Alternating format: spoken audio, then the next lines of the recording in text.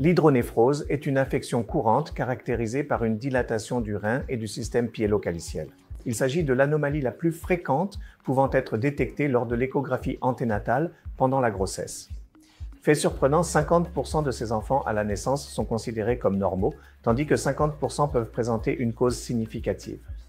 Ainsi, auparavant, il y a 20 ou 30 ans, la plupart de ces enfants n'étaient détectés que lorsqu'ils devenaient symptomatiques, c'est-à-dire lorsqu'ils développaient une infection, une distension abdominale ou que l'enfant présentait une diminution de la fonction urinaire avec beaucoup de pus dans les urines.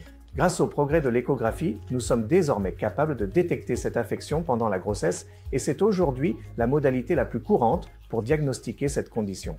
Un diagnostic anténatal d'une dilatation du rein, c'est-à-dire une hydronéphrose, est la modalité la plus courante par laquelle cette infection est identifiée.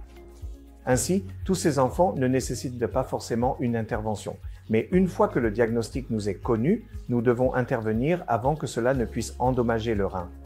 Ainsi, une fois que nous avons posé un diagnostic d'hydronéphrose de façon anténatale, ces enfants sont évalués cliniquement à la naissance, puis ce diagnostic est confirmé par une échographie réalisée au 3e jour de vie, et cela est à nouveau confirmé par une échographie répétée entre la 4e et la 6e semaine.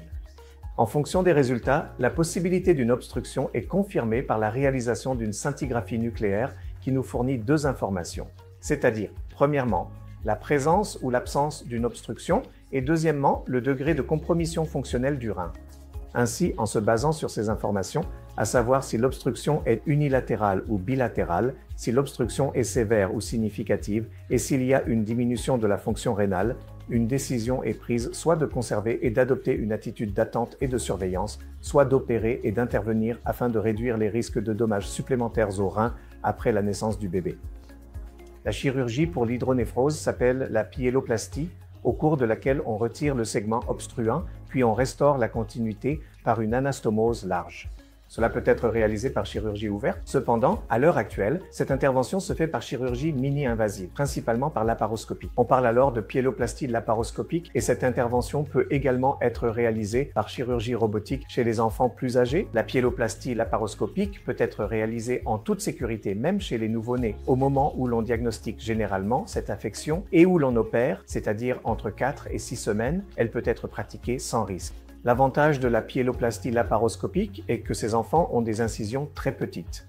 Par conséquent, la douleur est moindre et la récupération est assez rapide. Ainsi, l'hydronéphrose est une affection chirurgicale très courante, généralement détectée lors d'une échographie anténatale. Le diagnostic est confirmé par une évaluation postnatale et, si nécessaire, une intervention chirurgicale peut être réalisée en toute sécurité chez ces enfants grâce à la chirurgie mini-invasive.